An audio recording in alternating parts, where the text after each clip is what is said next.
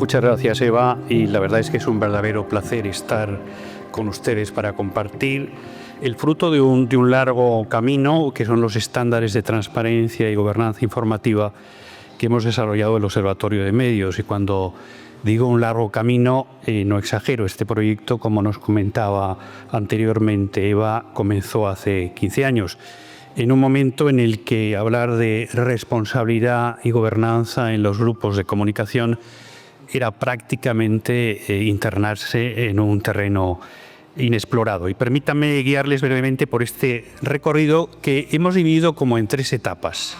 La primera etapa comenzó con la publicación en marzo de 2010 de un informe titulado Esporas de lechos y elefantes, la responsabilidad corporativa de los medios de comunicación en la elaboración y difusión de contenidos. Se preguntarán por qué elegimos un título tan singular. La explicación se encuentra en el escritor inglés C.S. Lewis, quien tituló así uno de sus libros. En uno de sus capítulos, Lewis ironizaba sobre ciertos críticos literarios que se enredaban en discusiones interminables sobre detalles insignificantes, las esporas de lechos, mientras eran incapaces de ver lo evidente, el elefante a unos metros o unas yardas de distancia. Esta metáfora en aquel entonces nos pareció pertinente para describir la situación de los medios de comunicación respecto a la responsabilidad corporativa. A menudo se prestaba atención a aspectos secundarios o superficiales, pero se pasaba por alto a la hora de informar o a la hora de rendir cuentas de aquello que realmente define la calidad y la integridad de la información. El título, por tanto, era como una invitación a no perder de vista lo fundamental a la hora de rendir cuentas y evitar lo anecdótico o eclipsar lo verdaderamente importante. En aquel momento, en el año 2010, cuando publicamos los informes, a pesar de la enorme influencia que tenían los grupos de comunicación, constituían uno de los sectores más opacos.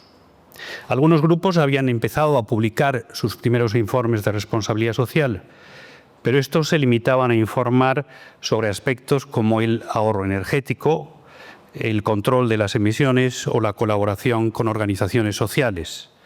Temas todos ellos muy importantes, pero que resultan irrelevantes cuando nada se dice o informa sobre las medidas que han tomado para asegurar el rigor y la veracidad de su principal actividad, que es informar. En esta primera fase, nuestros estándares se centraron en la responsabilidad relacionada precisamente con la elaboración y difusión de los contenidos editoriales. Desarrollamos indicadores sobre directrices editoriales para tratar temas sensibles, para compromisos con la veracidad, con el contraste de las fuentes, mecanismos para atender las quejas o sugerencias de las diferentes audiencias. En el año 2017 dimos un paso más allá. Entramos en una segunda fase o modelo de informes, ampliando nuestro enfoque, en este caso ya no centrado exclusivamente en el desarrollo y la difusión de los contenidos editoriales, sino en un concepto que considerábamos importante, que es el concepto de gobernanza informativa. Digamos, ya no bastaba con analizar las prácticas relacionadas con los contenidos. Era necesario examinar las estructuras y procesos internos que garantizaban la independencia y la sostenibilidad de los medios. En esta etapa identificamos, y todavía existe, una tensión recurrente entre, por una parte, los intereses económicos y los objetivos editoriales. Cualquier empresa de comunicación, se ha dicho en las anteriores intervenciones, para poder sobrevivir debe contar, por una parte, con buenos gestores empresariales que aseguren la viabilidad económica y con periodistas que desempeñen su actividad con arreglo a los más altos estándares profesionales.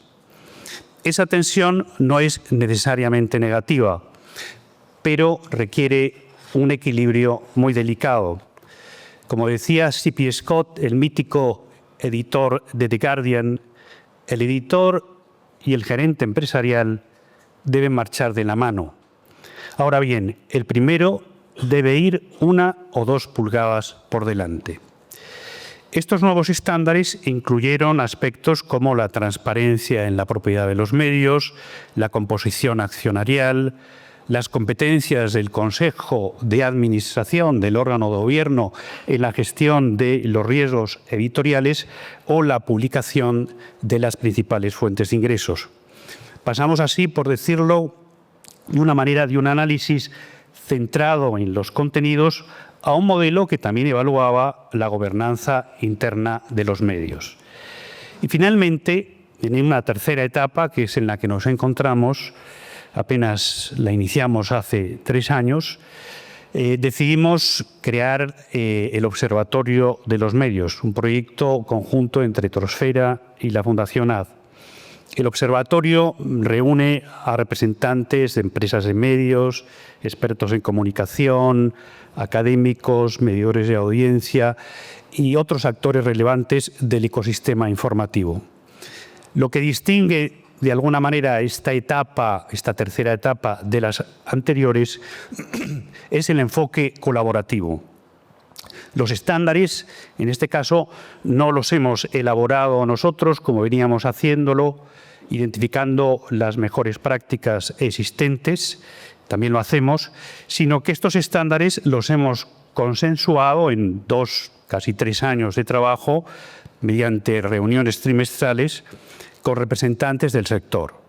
Y los hemos enriquecido posteriormente mediante una consulta pública con otros grupos de interés. Fruto de este trabajo colectivo son los estándares de transparencia y gobernanza informativa que presentamos hoy y que abarcan 7 áreas fundamentales. La primera área, y esto hablamos siempre de estándares, es decir, de información que nosotros buscamos que los grupos de comunicación publiquen en sus webs respectivas. Al hablar de transparencia, siempre hablamos de transparencia en la web. La primera área se refiere a la propiedad. Y aquí los estándares lo que exigen a los medios es la publicación de la configuración o la estructura jurídica de la organización, la publicación de la estructura de la propiedad, incluyendo los accionistas significativos. También comprende o incluye transparencia sobre la pertenencia a grupos empresariales, el desarrollo explícito de políticas de conflictos de interés que puedan afectar a los principales accionistas y la existencia de mecanismos jurídicos para proteger la independencia editorial frente a presiones de los accionistas. La segunda área se refiere a la gobernanza editorial y aquí básicamente examinamos cuál es el papel o la función o la responsabilidad inexcusable del Consejo de Administración, del órgano de gobierno. Los estándares incluyen la publicación de la composición de los miembros del Consejo, los criterios de selección de los consejeros, las competencias que tiene atribuida el Consejo o el órgano de gobierno correspondiente en materia de protección de la independencia e integridad editorial y el sistema de información que el Consejo recibe sobre los riesgos que afecten a estas cuestiones. La tercera área se refiere a la información económica y ahí se exige transparencia y a los medios les exigimos transparencia y que publiquen los ingresos procedentes de la publicidad institucional que reciben. Y también de aquellos anunciantes significativos que puedan poner en riesgo su independencia o su credibilidad. Y entendemos que el riesgo se puede, la independencia o la credibilidad se puede poner en riesgo cuando esos ingresos superan un porcentaje que hemos estimado del 10% sobre los ingresos totales. La cuarta área está relacionada con la creación de contenidos y ahí los estándares se refieren a cuestiones ya sabidas que es como la publicación de directrices editoriales para garantizar la veracidad, la libertad de expresión, la protección de la intimidad y el honor, procedimientos para gestionar conflictos de intereses de los propios periodistas y normas, como se ha dicho, para el uso responsable de la inteligencia artificial en la elaboración de contenidos, o sea, directrices concretas en este campo. La quinta área es la divulgación de contenidos y aquí incluimos también normas de transparencia para etiquetar contenidos patrocinados, lo que se ha venido a denominar branded content. Hoy en día, pues, en muchas ocasiones el lector no sabe si los contenidos que lee están pagados, en qué condiciones de pago se han elaborado, procedimientos también para rectificaciones y declaración de intereses en contenidos que puedan afectar a la credibilidad del medio. La sexta área se refiere al compliance, es decir, al sistema de verificación y cumplimiento de todos estos estándares. De nada sirve publicar directrices, políticas, procedimientos, si luego los medios no tienen sistemas para verificar su cumplimiento. Y en esta área pues, se pide precisamente que el órgano publique o haga público cuáles son los órganos responsables de verificar ese cumplimiento. Y la última edición, como ya también se ha comentado en la previa mesa redonda, está relacionada con los temas de medición y aquí básicamente abordamos o intentamos abordar todo lo que tiene que ver con las metodologías transparentes, la medición de las audiencias, con todos los temas y preocupaciones del reglamento europeo y también que informen del impacto editorial, del impacto que los medios tienen. Es importante también subrayar que el Observatorio de Medios no se limita a establecer estándares. También asumimos como una función y responsabilidad propia del observatorio verificar su cumplimiento. Todos los miembros y todos los grupos de comunicación que se han adherido al observatorio, que han participado en la elaboración de los estándares y que forman parte del mismo, se comprometen a alcanzar un 70% de cumplimiento de estos estándares y de estas exigencias en 2 años desde su adhesión. Por parte del observatorio, nosotros lo que hacemos es realizar, por una parte, evaluaciones iniciales y revisiones anuales, proporcionando también recomendaciones de mejora y acompañando en todo el proceso de aplicación y de cumplimiento de esos estándares a las empresas de comunicación que se han adherido. Estos son los estándares, 15 años después de aquel primer informe que publicamos en el año 2010, el panorama mediático realmente ha cambiado radicalmente. De la prensa tradicional a un ecosistema digital, como hemos visto, enormemente complejo. De la escasez informativa a la sobreabundancia de información. Y de la confianza generalizada que antes había a la era de la desinformación. La inteligencia artificial, las redes sociales y los nuevos modelos de negocio han transformado, como nos han comentado en la anterior mesa redonda, completamente el sector. Sin embargo, y esto es lo más importante, y así lo creemos en el observatorio, en medio de esta vorágine de cambios e incertidumbres, hay algo que permanece invariable: los principios fundamentales del buen periodismo. La veracidad, la independencia, la transparencia y el compromiso con el interés público siguen siendo tan relevantes hoy como lo han sido siempre, quizá incluso más. En este sentido, muchas de las preocupaciones y propuestas que han guiado el desarrollo de nuestros estándares coinciden con las recogidas en el reciente Reglamento Europeo de Libertad de Medios, que el comisario europeo nos ha glosado en su intervención inicial. Este reglamento refuerza principios como la transparencia en la propiedad de los medios, la independencia editorial, la rendición de cuentas y la protección frente a injerencias indebidas. Medidas, todas ellas, que nosotros veníamos ya promoviendo desde hace 15 años. La convergencia entre nuestros estándares y las disposiciones del ENFA pone de manifiesto la relevancia y actualidad de estos estándares, así como la necesidad de seguir avanzando hacia un ecosistema informativo más robusto y alineado con valores democráticos europeos. Como ya advertíamos en nuestro primer informe del año 2010, son precisamente en los momentos de profunda transformación cuando nuestros valores y compromisos se ponen a prueba con mayor intensidad. De estas coyunturas críticas es cuando las políticas de gobernanza informativa, creemos, revelan su verdadero valor y solidez.